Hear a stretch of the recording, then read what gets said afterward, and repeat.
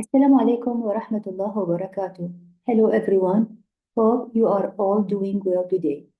My name is Dr. Noha. I am Obstin Gynae at Rostaq Polyclinic. We will speak every Wednesday about one Obstin Gynae subject. We will start with safe medication in pregnancy, and the first part will be medication for GIT. We'll speak about nausea, vomiting, diarrhea, constipation, acid reflux, and hemorrhoids, and what are the safe medication in pregnancy. So we will start with nausea and vomiting. As you know all, nausea and vomiting is common symptom happen in pregnancy, and many women are complain of nausea and vomiting during pregnancy. So all of us will start by doing urine routine and to see if there is ketone positive or negative. But the last update from RCOG guideline that saying that ketonuria is not an indicator for dehydration. So assessing urine ketone does not have a use in management of nausea, vomiting of pregnancy or hyperemesis gravidarum, and it is misleading. So later we will discuss about ketone and how to manage. So what are the investigations to be done for nausea and vomiting in pregnancy? Urine routine, urea electrolyte. In the electrolyte, we'll focus on potassium, whether hypokalemia or hyperkalemia. Also, we see the creatinine urea percent due to dehydration, full blood count to see if there's any infection or anemia, and of course, in nausea and vomiting and severe hyperemesis, there might be raised hemoglobin and hematocrit. Also, we'll check blood sugar because diabetic patient, there must be ketone due to diabetic, not necessarily due to dehydration. And of course, we will do ultrasound to see if this twin or hydatidiform mole, which increase the risk of nausea and vomiting in pregnancy. And sometimes we'll do thyroid, liver function test, calcium, amylase if she has upper abdominal pain, and venous blood gases to rule out metabolic disturbances for monitoring the severity of nausea and vomiting. So again, if the patient has mild nausea and vomiting, urine ketone negative, so of course we can manage by encouraging oral fluid and small frequent meal, and we can give her oral antiemetics, which later we'll discover and mention which antiemetic can be used and which one is available in our polyclinic. If moderate, from 1 to 2 plus urine ketone, also we can give her IV fluid. Please do not give glucose, water. Give her either normal saline or ringer lactate, 1 liter. So 1 liter of normal saline or ringer lactate, and prefer to give ringer lactate. And we'll check the urine ketone after every 1 liter. And of course, we can give her IV antiemetic. Later, we'll discover and mention which one antiemetic which is available in polyclinic. And if become the one, can discharge her home. If two, also can be discharged home, but encourage her to increase oral fluids. What about severe dehydration? If urine ketone 3 or plus, again 3 plus, we will not afraid if you find urine ketone 3 or 4. If she can take oral fluid and she can eat, we'll advise her to increase fluid intake. But if you see her and assess her condition that she is, for example, hypovolemia, hypotension, she could not tolerate any oral intake. In this case, we will give her IV fluid, normal saline, 1 liter, or ringer lactate, okay?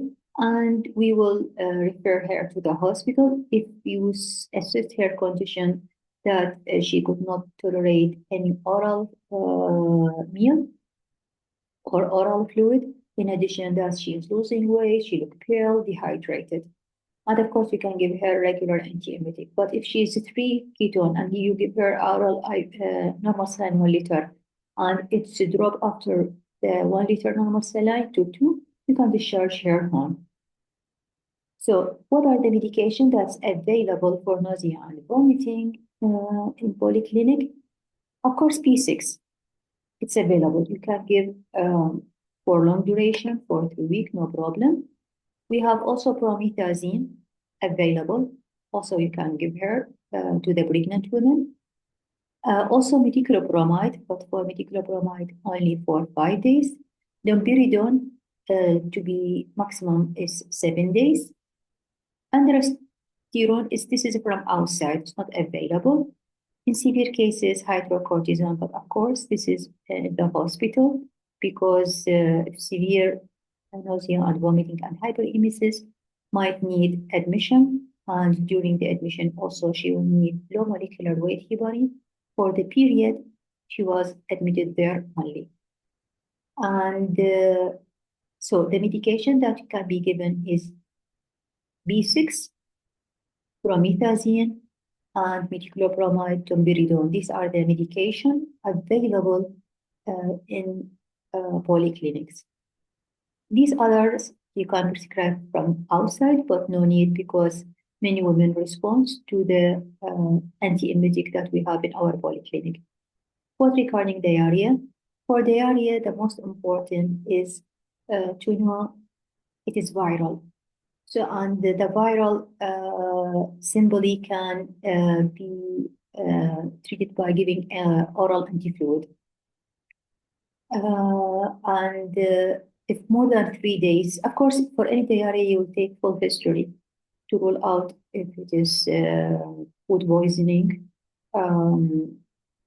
You will take history and always measure the temperature and the blood pressure. You have to see the red plaque if there is stool with blood or more than 2 days or with fever or severe pain and sign of dehydration.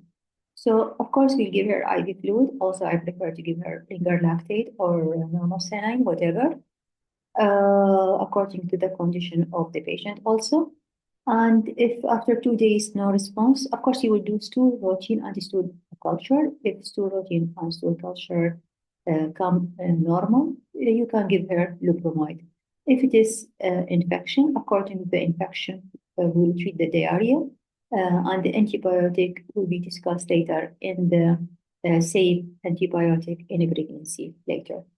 However, I just want to focus that carton viscoban, which is hyoscine, prefer not to be given in a pregnancy.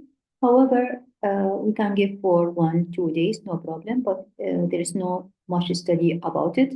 So we prefer not to give viscoban at all in pregnancy. What about constipation? Always in constipation, we will advise the women to increase fluid intake, increase fiber in diet, increase walking, and moderate exercise.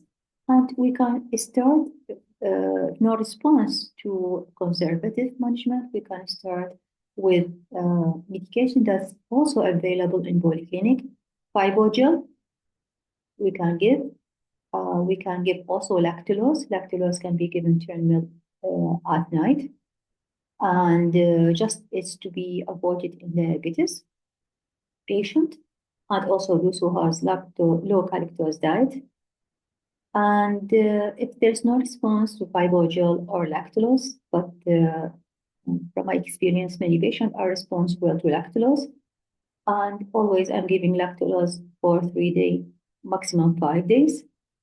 If there's no response to this medication, we can go and give this deal or substaries. However, it's preferred not to be given in third trimester because it leads to uterine contraction. However, all these are safe in pregnancy in all trimesters. What about GERD? Also, we'll advise the women conservative management first, that avoid postprandial recumbency and avoid trigger food like spicy food or whatever ingredient, coffee, tomato based food. These are all ingredients GERD. And the first line is oral antiacid. We have Moxal. If severe, we can give another medication. We can give like simididine, ranitidine, famotidine. All these can be used safe in a pregnancy, and also all proton pump inhibitor are safe in a pregnancy. So before there was contraindicated to give omeprazole in a pregnancy, but many studies they found there is no side effect of omeprazole, and they found all proton pump inhibitors are the same. So these are, of course, the medication that's available in our polyclinic that can be given. For example, for anti-acid, it's available. It's safe. Moxal for GERD. For antispasmodic hyoscine, because as I say, it is limited data. There's not much study about it, so it's better to be avoided. Midifrine, which is given for irritable bowel syndrome, better to be avoided at all because it is group C.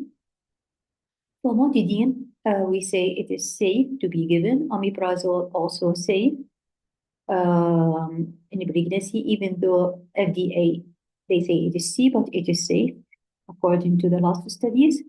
ORS, all of you know it's very safe, and Fibromat for diarrhea.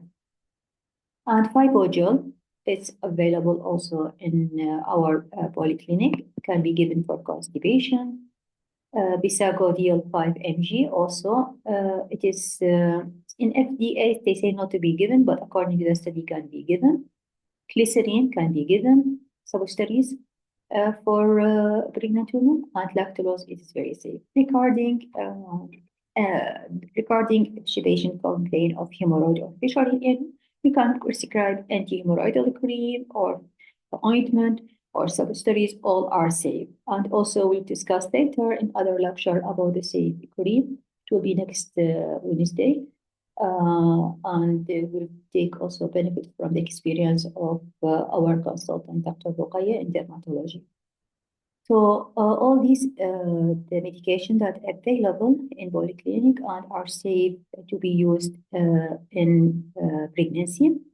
And these are my references, as I say, from Medscape, from MRCOG guideline, RCOG Green Top guideline, and the last one is Jerson LP treatment of GRT during pregnancy. Thank you very much for your listening. If you have any question, you can write, or even you can discuss anytime with us. Thank you very much for your listening.